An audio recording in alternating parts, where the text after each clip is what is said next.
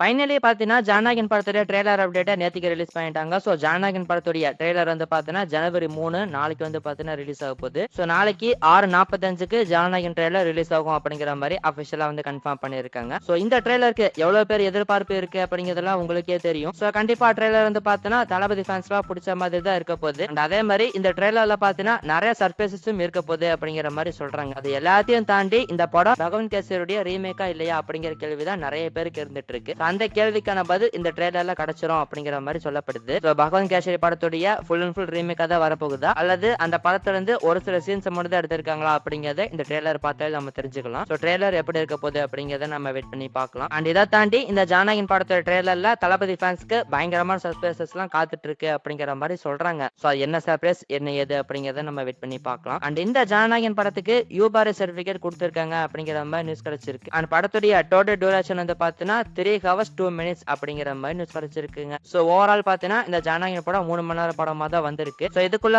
ஹெச்னோத் வந்துட்டு எந்த மாதிரி ஸ்கிரீன் பிளே கொடுத்திருக்காரு அப்படிங்கறத நம்ம வெயிட் பண்ணி பார்க்கலாம். அண்ட் இந்த ஜனநாயகன் படத்துடைய டிக்கெட் புக்கிங்ஸை பொறுத்த வரைக்கும் ஜனவரி 5 அல்லது 6 ஓபன் பண்ணிடுவாங்க அப்படிங்கிற மாதிரி நியூஸ் கிடைச்சிருக்கு. சோ ஏற்கனவே பாத்தீங்கன்னா கேரளால டிக்கெட் புக்கிங்ஸ் ஓபன் ஆகி பயங்கரமா ரெஸ்பான்ஸ் கிடைச்சிட்டு இருக்காமா. சோ இங்க தமிழ்நாட்டுல வந்து பாத்தீங்கன்னா ஜனவரி 5 அல்லது 6 டிக்கெட் புக்கிங் ஓபன் பண்ணிடுவாங்க. வெயிட் பண்ணி பார்ப்போம். பராசக்தி படத்துடைய ஆடியோ லான்ச் பாத்தீங்கன்னா நாளைக்கு நடக்க போகுது. சோ நாளைக்கு நடக்கிற அந்த ஆடியோ லான்ச் பாத்தீங்கன்னா நாளைக்கு ஜனவரி 4 பாத்தீங்கன்னா சன் டிவில டெலிகாஸ்ட் பண்ண போறோம் அப்படிங்கறத அபிஷியலா வந்து கன்ஃபார்ம் பண்ணிருக்காங்க. என்னப்பா இந்த பராசக்தி படத்துடைய சேட்டலைட் ரைட்ஸ் வந்து கலைஞர் டிவி தான் வாங்கியிருக்காங்க அப்படின்னு சொன்னா இப்ப சன் டிவில அதை போடுறாங்க அப்படிங்கிற மாதிரி கேட்பீங்க. ஆக்சுவலா ஆரம்பத்துல பாத்தீங்கன்னா கலைஞர் டிவி தான் இந்த படத்துல சேட்டலைட் ரைட்ஸ் வாங்கியிருந்தாங்க. ஆனா இப்ப அதுல ஒரு சேஞ்ச் நடந்திருக்கு. கலைஞர் டிவி பார்த்து சன் டிவி கிட்ட கொடுத்திருக்காங்க. சோ பராசக்தி படத்துடைய ஆடியோ லான்ச் பாத்தீங்கன்னா ஜனவரி 4 சன் டிவில 3 மணிக்கு பாத்தீங்கன்னா டெலிகாஸ்ட் பண்ண போறாங்க. சோ இதுலயுமே பாத்தீங்கன்னா ஜனநாயகன் வர்சஸ் பராசக்தி கிளாஸ் அப்படிங்கிறது காத்துட்டு இருக்குங்க. ஏன்னா அதே ஜனவரி 4 ஜி தமிழ்ல 4:30க்கு ஜனநாயகன் படத்தோட ஆடியோ லான்ச் பாத்தீங்கன்னா டெலிகாஸ்ட் பண்ண போறாங்க இல்லையா. அன்னத்தனைக்கே பராசக்தி படத்தோட ஆடியோ லான்ச்சுமே டெலிகாஸ்ட் பண்ணோம் அப்படிங்கிற மாதிரி பிளான் பண்ணிட்டாங்க. சோ அதனாலதான் சன் டிவில 3 மணிக்கு அந்த பராசக்தி படத்தோட ஆடியோ லான்ச் பாத்தீங்கன்னா டெலிகாஸ்ட் பண்ண போறாங்க. அண்ட் அது மட்டும் இல்லாம நாளைக்கு வந்து பாத்தீங்கன்னா பராசக்தி படத்தோட ஆடியோ லான்ச் நடக்குது. நாளைக்கே தான் பாத்தீங்கன்னா ஜனநாயகன் படத்தோட ட்ரெய்லருமே ரிலீஸ் ஆகுது. அதுலயுமே கிளாஷ் அப்படிங்கிறது காத்துட்டு இருக்கு. சோ இதை பத்தி உங்களோட ஒப்பீனியன் என்ன அப்படிங்கறத கமெண்ட்ல சொல்லுங்க. அண்ட் இந்த பராசக்தி படத்துடைய டியூரேஷனை பொறுத்த வரைக்கும் 2 மணி நேரம் 42 நிமிஷம் அப்படிங்கிற மாதிரி நியூஸ் கிடைச்சிருக்கு. அண்ட் இந்த படத்துக்குமே பாத்தீங்கன்னா யூபாரி சர்டிபிகேட் தான் கொடுத்திருக்காங்க. அண்ட் இந்த பராசக்தி படத்துடைய ட்ரெய்லரை பொறுத்த வரைக்கும் ஜனவரி 4 அல்லது ஜனவரி 5 ரிலீஸ் பண்ணிடுவாங்க அப்படிங்கிற மாதிரி நியூஸ் கிடைச்சிருக்கு. அண்ட் இந்த படத்துடைய டிக்கெட் புக் ஓபனை பொறுத்த வரைக்கும் ஜனவரி 5 இங்க தமிழ்நாட்டுல ஓபன் பண்ணிடுவாங்க அப்படிங்கிற மாதிரி நியூஸ் கிடைச்சிருக்கு. வெயிட் பண்ணி பார்ப்போம். ஆக்டர் சூர்யாவுடைய கருப்பு படத்தை எடுத்துக்கிட்டோம் அப்படின்னா நேத்துக்கு நியூ இயர் ஸ்பெஷலா இந்த படத்துல இருந்து ஸ்பெஷல் போஸ்டர்ஸ் எல்லாம் பாத்தீங்கன்னா ரிலீஸ் பண்ணிருந்தாங்க. ஆனா ஆடியன்ஸோட ஒப்பீனியன் என்ன மாதிரி இருக்கு அப்படின்னு பாத்தீங்கன்னா இந்த படம் பொங்கலுக்கு வந்து இருந்துச்சுன்னா தரமா இருக்கும், ஏன் பொங்கலுக்கு ரிலீஸ் பண்ணல அப்படிங்கிற மாதிரி கேள்விகள் எல்லாம் கேட்டுட்டு இருக்காங்க. சோ இப்போ இந்த கருப்பு படம் பாத்தீங்கன்னா நம்ம ஏற்கனவே சொல்லியிருந்த மாதிரி மார்ச் 19 தான் ரிலீஸ் பண்றதுக்கு பிளான் பண்ணிருக்காங்க. அண்ட் இந்த கருப்பு படத்துடைய இந்த ரிலீஸ் டேட் அனௌன்ஸ்மெண்ட் வந்து பாத்தீங்கன்னா இந்த பொங்கலுக்கு வரதுக்கான வாய்ப்பு இருக்கு அப்படிங்கிற மாதிரி நியூஸ் கிடைச்சிருக்குங்க. சோ இந்த வருஷம் பொங்கலுக்கு பாத்தீங்கன்னா இந்த கருப்பு படத்துல இருந்து இந்த ரிலீஸ் டேட் அனௌன்ஸ்மெண்ட் ரிலீஸ் பண்ணிடுவாங்க அப்படிங்கிற மாதிரி நியூஸ் கிடைச்சிருக்கு. சோ இதுக்கான அபிஷியல் அனௌன்ஸ்மெண்ட் வருதா அப்படிங்கறத வெயிட் பண்ணி பார்க்கலாம். அண்ட் அதே மாதிரி இந்த வருஷம் பொங்கலுக்கு பாத்தீங்கன்னா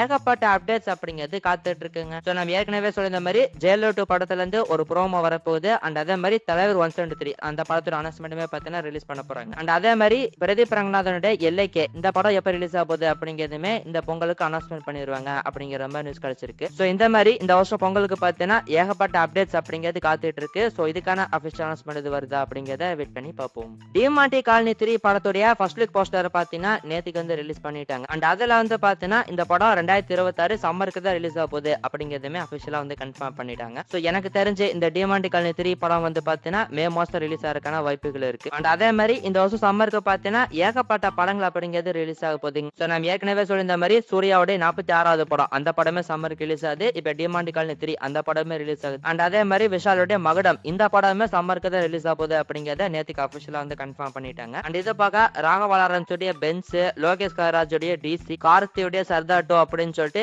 ஏகப்பட்ட படங்கள் வந்து பாத்தீங்கன்னா சம்மருக்கு வந்து ரிலீஸ் ஆக போகுது. சோ எல்லா படமுமே சம்மருக்கு தான் ரிலீஸ் ஆகுது. சோ என்னென்ன படம் எந்தெந்த டேட்ல ரிலீஸ் ஆக போகுது அப்படிங்கறதான் கேள்வி. சோ இந்த படத்தெல்லாம் எப்ப ரிலீஸ் பண்ண போறாங்க அப்படிங்கறத நம்ம வெயிட் பண்ணி பார்ப்போம். டூரிஸ்ட் ஃபேமிலி படத்துடைய டைரக்டரான அபிஷான் ஜீவித் அவருடைய ஃபர்ஸ்ட் ஹீரோ திரைப்படமான வித் லவ். சோ இந்த படம் வந்து பாத்தீங்கன்னா பிப்ரவரி 6 ரிலீஸ் ஆக போகுது அப்படிங்கிற மாதிரி அபிஷியலா வந்து கன்ஃபார்ம் பண்ணிருக்காங்க. அது என்ன பிப்ரவரி 6 வேலண்டைன்ஸ் டேக்கு தானே ரிலீஸ் பண்ணுவாங்க அப்படிங்கிற மாதிரி கேட்பீங்க. சோ அதுக்கான காரணம் இந்த காதல்கள் தினத்தை முன்னிட்டு ஏகப்பட்ட படங்கள் ரிலீஸ் ஆயிருக்கு காத்துட்டு இருக்குங்க. அதர்வாவுடைய இதய முரளி படம், படம் அண்ட் பிரதீப் ரங்கநாதனுடைய எல்லைக்கு படம் இது எல்லாமே பார்த்தீங்கன்னா காதல்கள் தினத்துக்கு தான் ரிலீஸ் ஆக போகுது. ஸோ அதனாலதான் இந்த படத்தை ஒரு வாரத்துக்கு முன்னாடி பிப்ரவரி 6ஆம் தேதி ரிலீஸ் பண்ண போறாங்க. அண்ட் அதே மாதிரி இந்த வித்லவ் படத்துக்கு பார்த்தீங்கன்னா இண்டஸ்ட்ரியில ஒரு நல்ல டாக்ஸ் அப்படிங்கிறது இருந்துட்டு இருக்கு. ஸோ இந்த படம் எப்படி இருக்க போகுது அப்படிங்கிறத நம்ம வெயிட் பண்ணி பார்ப்போம். மூக்குத்தி அம்மன் 2 படத்துடைய ஷூட்டிங் வந்து எடுத்து முடிச்சிட்டோம் அப்படிங்கிற மாதிரி அபிஷியலா பார்த்தீங்கன்னா கன்ஃபார்ம் பண்ணிட்டாங்க. அண்ட் இப்ப கரெக்டா பார்த்தீங்கன்னா இந்த படத்துடைய போஸ்ட் ப்ரொடக்ஷன் ஒர்க் வந்து பார்த்தீங்கன்னா போயிட்டு இருக்கு. ஸோ இந்த படத்துல ப்ரீ ப்ரொடக்ஷன் ஒர்க் வந்து பார்த்தீங்கன்னா கொஞ்சம் டைம் எடுக்கும் அப்படிங்கிற மாதிரி சொல்றாங்க, டிலே ஆகலாம் அப்படிங்கிற மாதிரி சொல்றாங்க. அதுக்கான காரணம் என்ன அப்படின்னு பாத்தீங்கன்னா இந்த படத்துல நிறைய VFX பண்ற காட்சிகள் இருக்காமா, CG ஒர்க்லாம் நிறைய இருக்காமா. அதனால இந்த படத்துல போஸ்ட் ப்ரொடக்ஷனுக்கு வந்து கொஞ்சம் டைம் ஆகும் அப்படிங்கிற மாதிரி சொல்றாங்க. சோ அப்ப இந்த படம் எப்ப ப்ரோ ரிலீஸ் ஆகும் அப்படின்னு கேட்டீங்கன்னா 2026 இந்த வருஷம் ஆகஸ்ட் மந்த் ரிலீஸ் ஆகும் அப்படிங்கிற மாதிரி நியூஸ் கிடைச்சிருக்கு. சோ இதுக்கான அபிஷியல் அனௌன்ஸ்மெண்ட் இது வருதா அப்படிங்கறத நம்ம வெயிட் பண்ணி பார்ப்போம். டைரக்டர் ஏ ரமதாஸ் எடுத்துக்கிட்டோம் அப்படின்னா கொஞ்சம் வருஷங்களுக்கு முன்னாடி ஒரு நியூஸ் ஒன்று கிடைச்சிருந்துச்சு, எல்லாரும் கேள்விப்பட்டிருப்பீங்கன்னு நினைக்கிறேன். அதாவது தர்பார் படத்தை முடிச்சதுக்கு அப்புறமா ஒரு அனிமேஷன் பிலிம் எடுக்க போறாரு அப்படிங்கிற மாதிரி நியூஸ் கிடைச்சிருந்தது இல்லையா. ஆனா அந்த படத்துக்கு ப்ரொடியூசரும் கிடைக்கல. அண்ட் அதே மாதிரி அந்த படத்தோட பட்ஜெட்மே பாத்தீங்கன்னா பெருசா இருந்தது. அண்ட் அதுக்கப்புறம் தான் ஏ ரமதாஸ் வந்து பாத்தீங்கன்னா சிக்கந்தர் படமும் மதராசி படமும் எடுக்க ஸ்டார்ட் பண்ணாரு. சோ இப்ப அகைன் வந்து பாத்தீங்கன்னா ஒரு ப்ராஜெக்ட ஸ்டார்ட் பண்ண போறாரு அப்படிங்கிற மாதிரி நியூஸ் கிடைச்சிருக்கு. அண்ட் அதுல பாத்தீங்கன்னா குரங்க ஹீரோவா வச்சு ஒரு படம் எடுக்கலாம் அப்படிங்கிற மாதிரி பிளான் பண்ணிருக்காராமா. ஒரு மங்கி ஹீரோ பிலிமா அது இருக்கும் அப்படிங்கிற மாதிரி சொல்லப்படுது. ஆனா அந்த படம் வந்து ஃபுல்லா ஒரு அனிமேஷன் படமா வரப்போகுது அல்லது சாதாரணமான படத்திலேயே ஒரு ரியலான குரங்க வந்து படமா எடுக்க போறாங்களா அப்படிங்கிறது கிளியரா தெரியல. சோ ஒரு குரங்க மையப்படுத்தி நிறைய படங்கள் பார்த்தீங்கன்னா நம்ம தமிழ் சினிமாவில் வந்திருக்கு.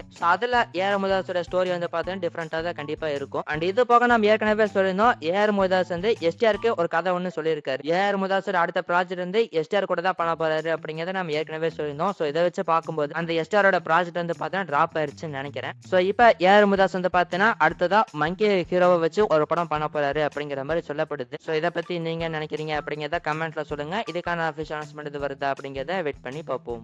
விஜய் தேவரகொண்டாவுடைய கிங்டம் பார்ட் 2 திரைப்படத்தை எடுத்துக்கிட்டோம் அப்படின்னா ப்ரொடியூசர் நாகவம்சி இந்த ப்ராஜெக்ட் பத்தி ஒரு அப்டேட் ஒன்று கொடுத்திருக்காரு. அதாவது இந்த கிங்டம் 2 படத்தை நாங்க எடுக்க போறது கிடையாது, டிராப் பண்ணிட்டோம் அப்படிங்கிற மாதிரி அபிஷியலாவே பாத்தீங்கன்னா கன்ஃபார்ம் பண்ணிட்டாருங்க. பிகாஸ் இந்த கிங்டம் பார்ட் 1 படம் பாத்தீங்கன்னா அவங்க நினைச்ச மாதிரி போகல, பாக்ஸ் ஆபீஸ்ல ஒரு ஃபெயிலியரான திரைப்படமா தான் அது ஆச்சு இல்லையா. சோ அதனால இந்த கிங்டம் 2 ப்ராஜெக்ட்டை நாங்க எடுக்க போறது கிடையாது, டிராப் பண்ணிட்டோம் அப்படிங்கிற மாதிரி ப்ரொடியூசர் நாகவம்சி பாத்தீங்கன்னா அபிஷியலா வந்து கன்ஃபார்ம் பண்ணிட்டாரு. சோ இதை பத்தி நீங்க நினைக்கிறீங்க அப்படிங்கறத கமெண்ட்ல சொல்லுங்க.